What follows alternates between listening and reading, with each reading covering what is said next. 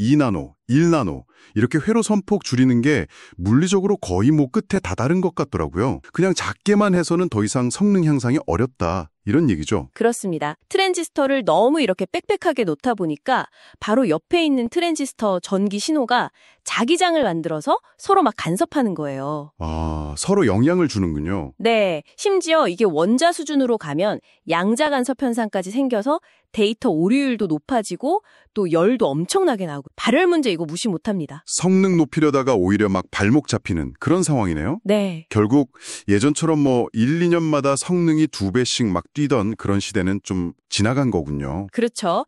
그 성장세가 둔화될 수밖에 없었죠. 그래서 이제 새로운 해법으로 확 떠오른 게 바로 이종접합, 영어로는 헤테로지니어스 인테그레이션입니다. 이종접합, 다른 종류를 합친다는 뜻인가요? 네, 맞아요. CPU, GPU, 메모리처럼 기능이 다른 최적의 칩들을 각각 만들어요. 그 다음에 이것들을 하나의 패킷 안에서 얼마나 잘 효율적으로 연결하느냐.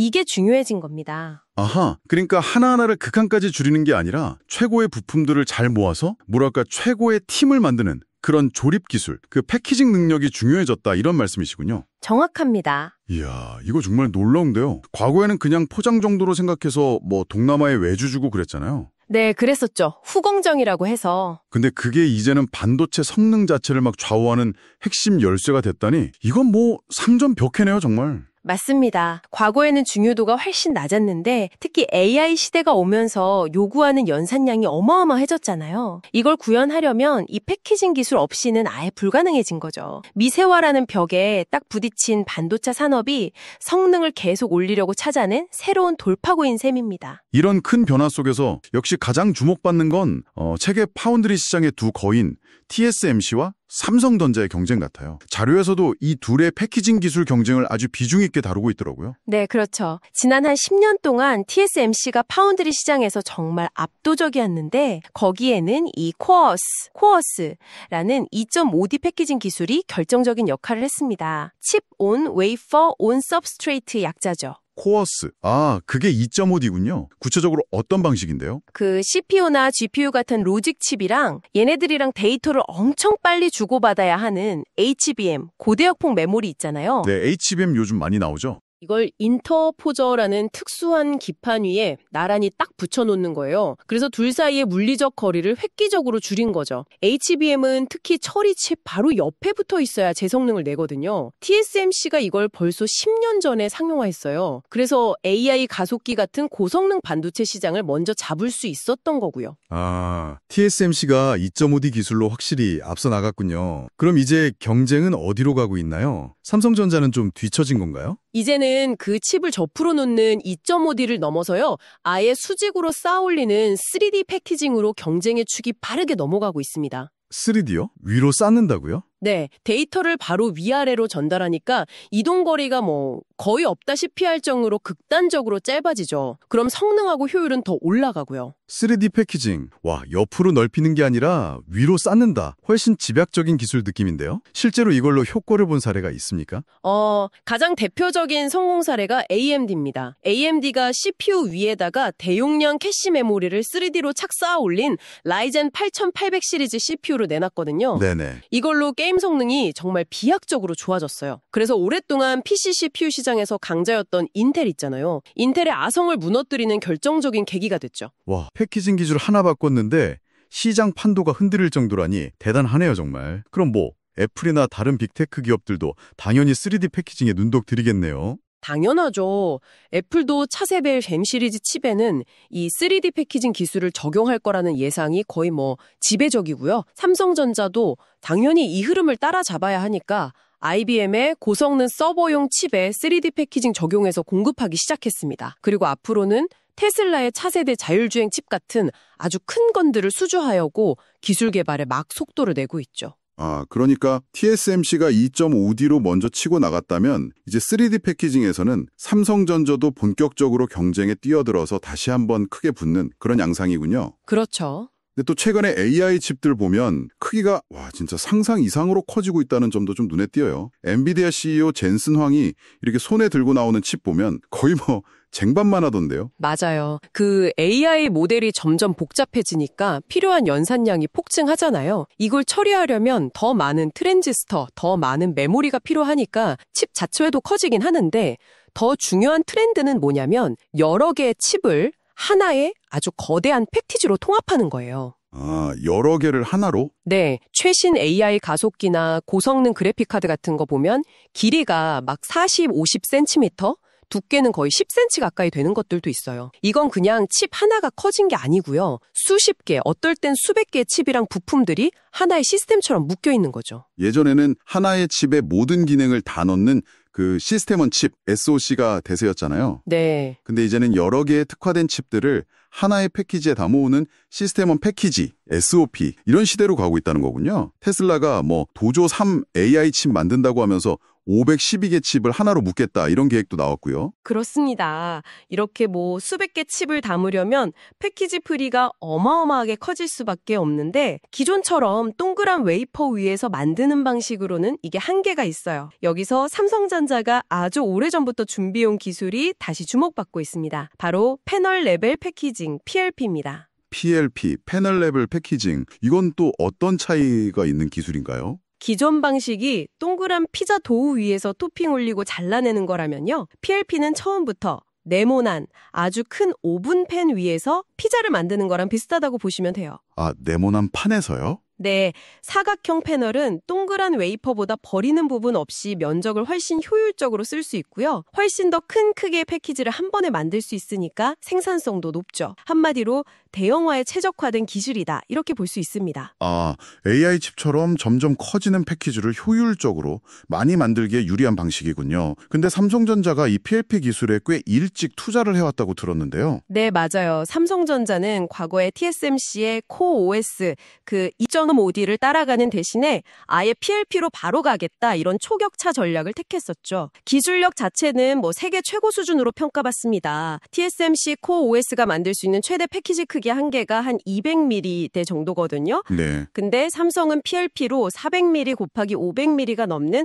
훨씬 거대한 패키지를 만들겠다는 목표를 가지고 있어요. 와, 크기 차이가 정말 엄청나네요. 근데 이렇게 유망한 기술인데 왜 그동안은 좀 크게 빛을 보지 못했던 걸까요? 수율 문제 때문이었나요? 패널 면적이 워낙 크다 보니까 결함 잡기가 쉽지 않았던 거죠. 아, 면적이 넓으니까요. 네, 그래서 스마트폰 AP 같은 핵심 고성능 칩보다는 스마트워치 같은 상대적으로 좀 작은 기기에 먼저 적용이 됐었습니다. 어떻게 보면 TSMC가 2.5D로 시장을 막 장악하는 동안 삼성의 PLP 투자는 좀 아시안 결과로 이어지는 것처럼 보이기도 했죠. 그랬군요. 그런데 최근 AI 반도체 시장에서 크면 클수록 좋다. 이른바 거거익선 트렌드가 나타나면서 상황이 완전히 반전되고 있습니다. 아, 기다림의 시간이 좀 길었지만 드디어 PLP 기술이 제대로 활약할 수 있는 그런 시대적 환경이 만들어진 거군요. 그렇죠. 수백 개 칩을 담는 초대형 패키지가 막 필요해지면서 삼성의 오랜 투자가 이제야 빛을 발할 기회가 온 거네요. 바로 그렇습니다. 얼마나 많은 고성능 칩을 하나의 패키지에 효율적으로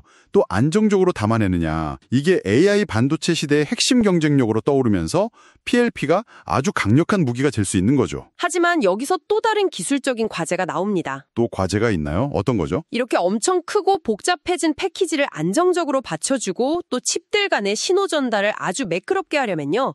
패키지의 기반이 되는 기판 소재가 정말 중요해져요. 아, 그렇죠. 기초가 튼튼해야죠. 현재 주로 쓰는 게 플라스틱 기반의 유기 소재 기판인데 이걸로는 앞으로 성능 향상이나 패키지 확장에 한계가 올 거다 이렇게 예측이 됩니다. 아, 집을 크게 지으려는데 기초가 좀 약하면 안 되는 것처럼 패키지가 커지니까 밑판도 더 튼튼하고 성능 좋은 게 필요하다 이 말씀이시군요. 그럼 대안이 있나요? 네, 그 대안으로 떠오르는 게 바로 유리 기판입니다. 유리요? 글래스? 네, 맞습니다. 플라스틱 대신 유리를 기판 소재로 쓰는 거죠. 유리는 기존 유기 기판보다 전기적 신호 손실이 훨씬 적고요. 열에도 훨씬 강하고 표면이 아주 매끈하고 평평해서 더 미세한 회로를 만드는 데 유리합니다. 유리 기판이라. 와, 이건 정말 게임 체인저가 될 수도 있겠는데요. 상용화는 언제쯤 가능할까요? 물론 처음에는 유리를 가공하는 게 좀 어렵고 비용 문제, 수율 문제 이런 게 있겠지만 업계에서는 앞으로 한 2, 3년 안에 통신용 반도체부터 적용이 시작될 걸로 보고 있고요. 2030년쯤에는 AI 반도체 분야에서도 아주 핵심적인 기술로 자리 잡을 것으로 전망하고 있습니다. 그런데 이 유리 기판 기술이 삼성전자에게는 특히 더 중요한 기회가 될 수 있다는 이야기가 있던데요. 아까 말한 PLP와의 시너지 때문인가요? 정확합니다. 현재 삼성전자는 PLP 기술뿐만 아니라 이 유리 기판 기술 개발에서도 TSMC보다는 한 발 앞서 있다. 이런 평가를 받고 있거든요. 오, 그래요? 사실 삼성전자가 목표로 하는 그 엄청나게 큰 PLP의 잠재력을 최대로 끌어내려면 그 기반이 되는 유리 기판 기술이 거의 필수적입니다. 이 두 가지 차세대 기술, 그러니까 PLP와 유리 기판을 성공적으로 딱 융합한다면 삼성전자가 차세대 AI 반도체 패키징 시장에서 TSMC를 추월하고 시장의 판도를 완전히 바꿀 수도 있다. 이런 분석이 나오는 배경이죠. 와, PLP라는 강력한 패키징 플랫폼에다가 유리기판이라는 최적의 기반 소재까지 이 두 카드를 모두 먼저 쥐려는 삼성전자의 전략이 성공할지 정말 주목되네요. 네, 아주 중요한 포인트입니다. 그런데 이런 혁신적인 기술들은 뭐 혼자서 다 만들 수는 없잖아요. 소재나 장비, 협력사들 역할도 클 텐데요. 마침 보내주신 자료에도 관련 기업들 얘기가 좀 있더라고요. 네, 맞습니다. 이런 거대한 기술 전환기에는 이 생태계를 같이 만드는 소부장, 그러니까 소재, 부품, 장비 기업들의 역할이 정말 중요하죠. 예를 들어서 유리기판을 아주 정밀하게 가공하는 기술이 필수적인데요. 그렇죠. 유리를 다루는 게 쉽지 않을 텐데요. 자료에 언급된 나인테크 같은 회사가 바로 PLP 공정에 쓰일 유리 기판을 정밀하게 깎고 습식 식각, 또 유리에 아주 미세한 구멍을 뚫어서 전기 통로, TGV, Through Glass Via를 만드는 핵심 장비 기술을 개발하고 있습니다. 이미 유리 인터포저를 상용화해서 납품한 실적도 있고요. 아, 유리기판을 실제 제품으로 만드는데 꼭 필요한 핵심 공정 장비를 공급하는 회사군요. 또 기가비스라는 회사 이름도 보이던데요. 이 회사는 어떤 역할을 하는 건가요?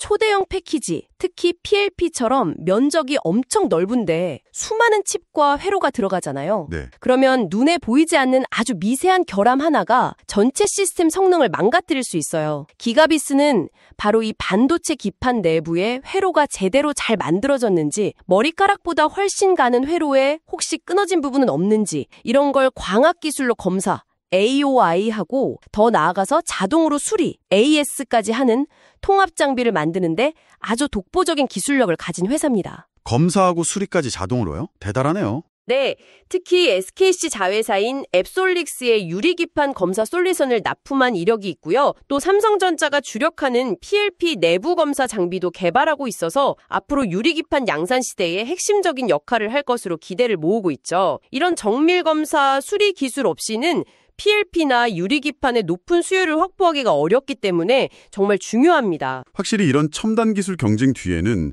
이렇게 잘 알려지지 않았지만 강력한 기술력을 가진 소부장 기업들의 뒷받침이 필수적이군요. 자, 오늘 정말 깊이 있는 이야기를 나눴습니다. 핵심 내용을 다시 한번 정리해볼까요? 네, 우선 반도체 경쟁의 무게중심이 얼마나 작게 만드느냐는 미세화에서 얼마나 잘 연결하고 쌓느냐는 첨단 패키징으로 완전히 이동했다는 점이 가장 중요합니다. 네. TSMC가 2.5D, 즉 CoOS로 먼저 앞서 나갔지만 이제는 3D 패키징, 그리고 특히 초대형 AI 칩 시대를 맞아서 PLP와 유리기판이라는 새로운 전장에서 삼성전자의 반격 가능성이 커지고 있다는 것이 오늘 이야기의 핵심이겠죠. 그렇죠. 특히 삼성전자가 오랫동안 준비해온 PLP 기술이 AI 칩 대형화라는 트렌드와 딱 맞아 떨어지면서 드디어 빛을 볼 기회를 맞았고, 여기에 유리기판 기술까지 성공적으로 결합한다면 차세대 시장에서 정말 강력한 경쟁력을 확보할 수 있다.